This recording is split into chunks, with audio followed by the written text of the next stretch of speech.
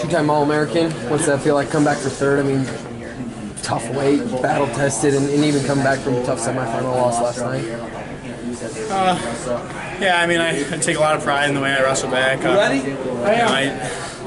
Last night was wrestled a great match. I thought, I think I only had one offensive point scored on me this whole tournament was against Zahid, and so I kept that match was in the back of my head, last night, and I really just had to keep telling myself to get over it, and wrestle back strong, because I know, that's a bad taste in your mouth, but you really don't want to go out of this tournament, losing two in a row or 3 in a row. So, I thought I take a lot of pride in the way I wrestle back, and I just I've always thought I wrestled better in the wrestlebacks than I usually do in the championship round. So it's nothing new, but this weight class is stacked yet again this year. Wrestled some really good guys. I had Bo Jordan coming back in the morning, and that's a guy that's beat me the first 2 times, and we went to battle in the last 3. So yeah, I mean, hats off to all the guys I wrestled, and I had a lot of fun competing this weekend. You had that great battle with Zahid last night, only person score off his point.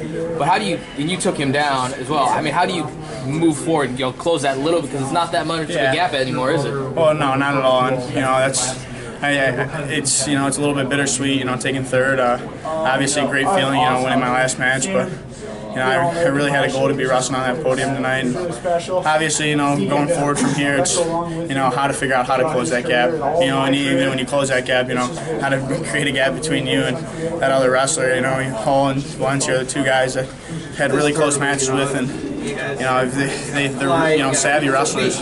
I even noticed in the middle of my match yesterday, I'm wrestling really good, and I thought I'm about to spin behind him, and next thing you know, we're out of bounds, and Zahid kind of moved his body out of bounds. So I'm like, these guys are savvy wrestlers, and you really got to just find a way to, match that level, if not exceed it, when you're wrestling the whole time. Otherwise, they're going to get away with a win because they've been doing it for a long time, and I feel like I'm working my way up, and just got to continue to focus on my own wrestling. I really don't think, when I think of closing the gap, I think of, just adding to my techniques and my conditioning and stuff like that. So just focusing on my own training as opposed to theirs.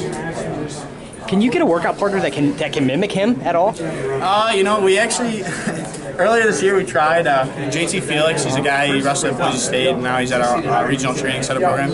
Really similar body style, but man, he's a weird guy to wrestle. He's got really long legs, and even in his upper body's it's pretty big back, and so it's like he's reaching, and a lot of those times I thought when I was getting called for stalling, I was like, I didn't feel endangered at all, because he's just so long, he's touching my legs, but like I feel I've still got half of his body up here, so it's hard to mimic a guy like that. But like I said, usually when you focus on your own training and what you can do better, it's going to match up and continue to improve against them as well. So. Talk a little bit about your support system. I mean, I watched your dad in the stands earlier. I mean, high school coach Mitch Hancock in the stands. I sat with him and your uncle, a lot of family here watching. You talk about that, kind of what that means to be able to have that, and like you talked about last night, go back and hash film with your dad and someone like that that's been there, done that, knows the sport, and in your corner kind of since you were a kid too.